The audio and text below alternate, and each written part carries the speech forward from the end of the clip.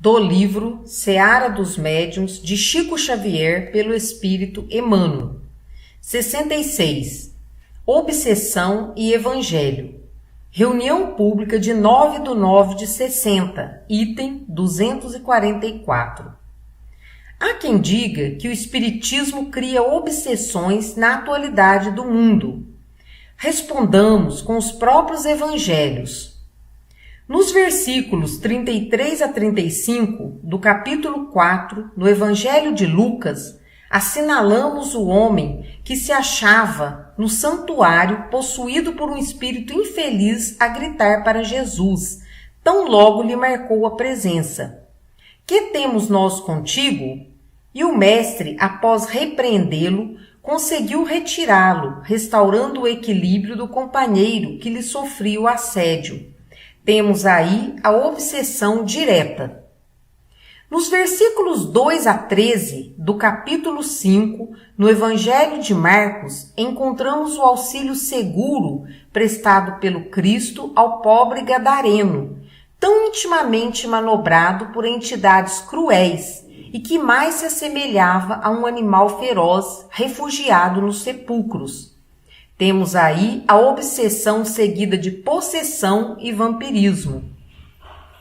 Nos versículos 32 e 33 do capítulo 9, no Evangelho de Mateus, lemos a notícia de que o povo trouxe ao divino benfeitor um homem mudo, sob o controle de um espírito em profunda perturbação.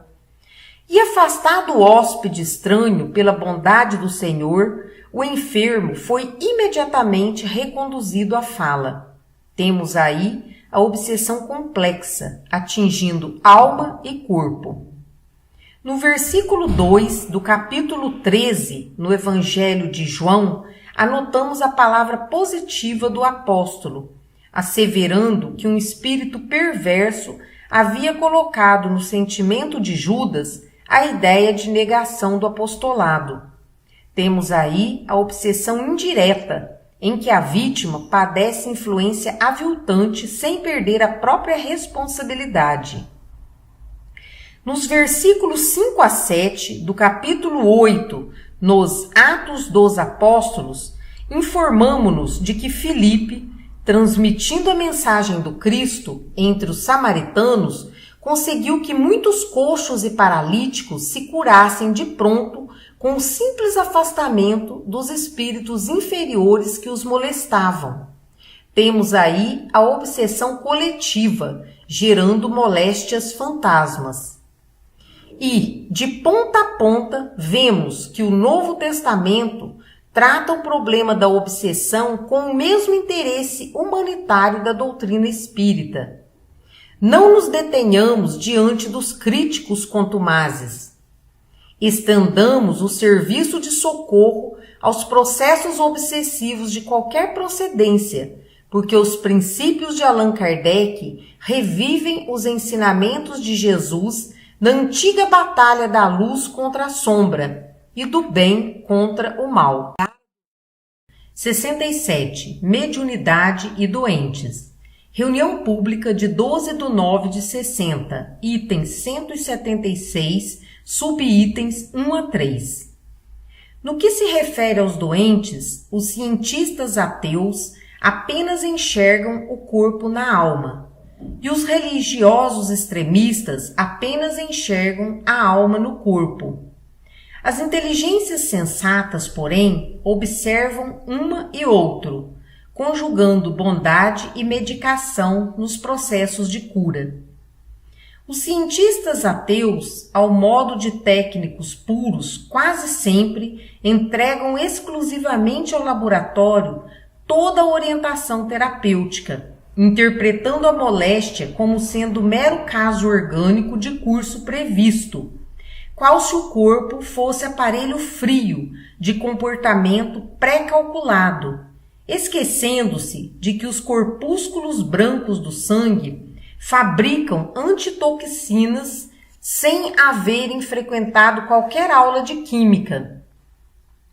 Os religiosos extremistas, à feição de místicos intransigentes, quase sempre entregam exclusivamente à oração todo o trabalho socorrista, interpretando a moléstia como sendo simples ato expiatório da criatura, qual se a alma encarnada fosse entidade onipotente na própria defensiva, olvidando que os vírus não interrompem o assalto infeccioso diante dessa ou daquela preleção de moral. As inteligências sensatas, no entanto, percebem que o corpo se move à custa da alma, sabendo, porém, que a alma, no plano físico, precisa do corpo para manifestar-se, embora reconheçam que toda reação substancial procede do interior para o exterior, razão pela qual, em todos os tratamentos, como ação supletiva, será lícito recorrer às forças inesgotáveis do espírito. Na mediunidade curativa, portanto, suprime a enfermidade quanto possível com o amparo da medicina criteriosa, mas unge-te de amor para socorrer o doente. A solidariedade ergue o índice da confiança, e a confiança mobiliza instintivamente os recursos da natureza.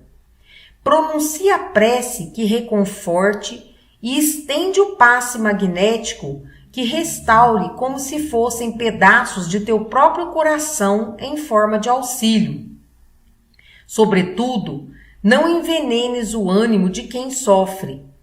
Ainda mesmo diante dos criminosos e viciados que a doença arruína, levanta a voz e alonga os braços sem qualquer nota de azedia ou censura, recordando que possivelmente estaríamos nós no lugar deles se tivéssemos padecido as provas e tentações nas quais sucumbiram agoniados. Seja quem for o doente do qual te aproximes, compadece-te quantas vezes se fizerem necessárias, entendendo que é preciso aprender a ajudar o necessitado de maneira que o necessitado aprenda a ajudar a si mesmo. Somente assim descobrirás, tanto em ti quanto nos outros, o surpreendente poder curativo que dimana ilimitado e constante do amor de Deus. 68. Sabes. Reunião pública de 16/9/60. Item 226, pergunta 3. Tanto quanto os médiuns, nós todos nós, na assimilação da ideia espírita, recebemos uma luz alimentada pela essência do Evangelho. E a missão da luz, acima de tudo, é revelar a fim de que possamos compreender. Todos guardamos, assim, a faculdade superior de entender para auxiliar. Nunca te afirmes desse modo sem orientação. Sabes que te encontras na terra, não somente resgatando o passado, mas também construindo o futuro. Sabes que os parentes enigmas, em verdade, são credores que deixaste à distância, reincorporados agora na faixa de teus dias, a fim de que solvas os compromissos da tua alma e aprendas quanto dói complicar os destinos alheios. Sabes que os ofensores, transfigurados em verdugos, na maioria das vezes são grandes obsidiados por entidades sombrias, colocados diante de ti pelo mundo, à maneira de testes longos, em que possas demonstrar praticamente a virtude em que ensinas. Sabes que as dificuldades, semelhando espinheiros magnéticos no campo de trabalho, são recursos que a vida te oferece, de modo a que não falhes na conquista da experiência. Sabes que a dor, parecendo brasa invisível no pensamento, guarda a função de alertar-te contra quedas maiores nos resvaladouros da ignorância.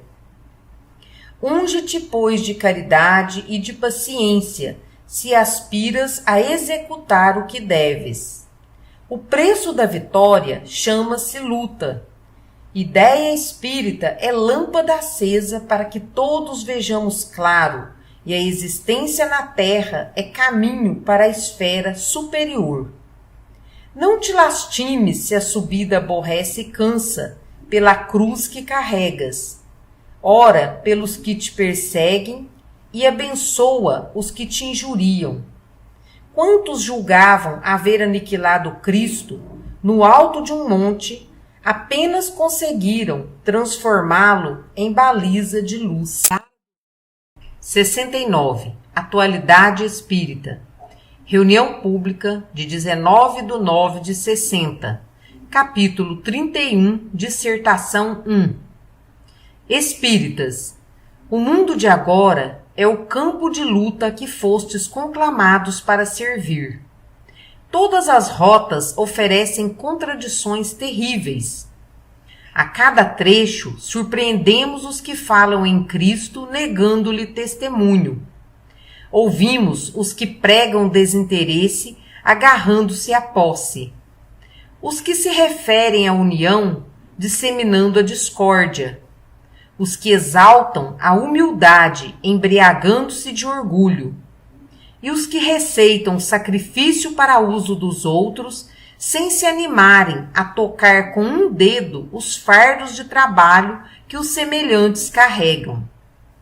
Ontem, contudo, noutras reencarnações, éramos nós igualmente assim. Recorríamos à cruz do Senhor, talhando cruzes para os braços do próximo. Exalçávamos o desprendimento, entronizando o egoísmo. Louvávamos a virtude, endossando o vício. E clamávamos por fraternidade, estimulando a perseguição a quem não pensasse por nossa cabeça. Hoje, no entanto, a doutrina espírita restaura para nós o Evangelho em versão viva e simples. Não mais o Cristo abençoando a carniçaria da guerra. Não mais o Cristo monumentalizado em prata e ouro. Não mais a escravidão religiosa imaginariamente do Cristo. Não mais imposições e convenções supostas do Cristo. Agora, como devia ter sido sempre, encontramos no Mestre Divino o companheiro da humanidade, ensinando-nos a crer no bem para a vida vitoriosa. Não nos baste, pois, simplesmente crer.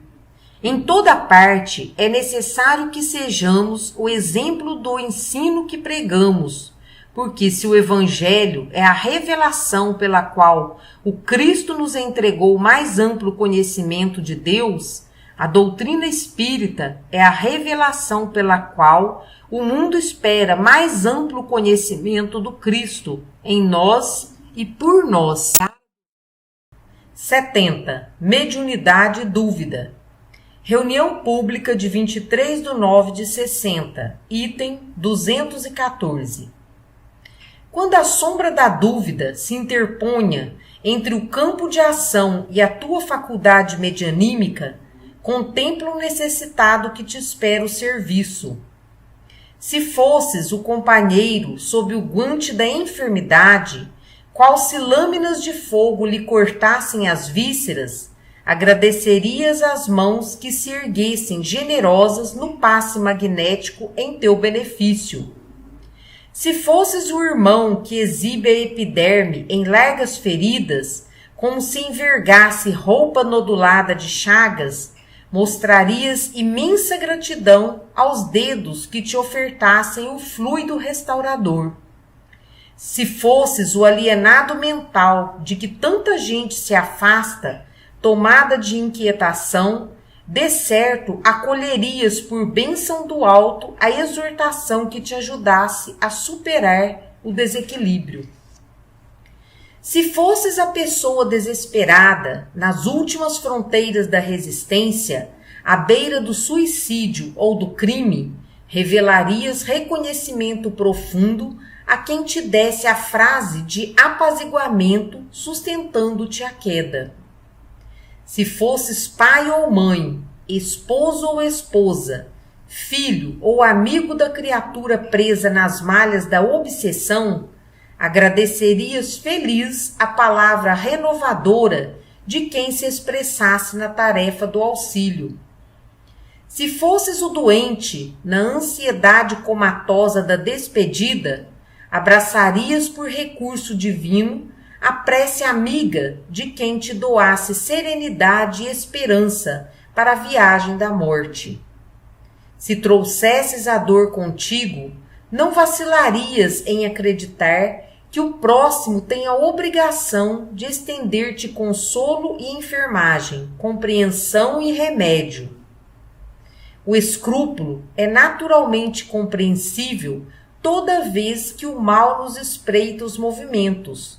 Contudo, ante o socorro correto à necessidade dos outros, o escrúpulo quase sempre é válvula à exaltação da preguiça. Quem despende o mais mínimo esforço no bem, recebe todo o apoio do bem eterno, assim como a tomada humilde e fiel recolhe da usina toda a força de que se mostre capaz. Se duvidas do nosso dever de auxiliar os semelhantes através da mediunidade, observa a obra imensa do Evangelho e pensa no que seria de nós se Jesus houvesse duvidado de Deus.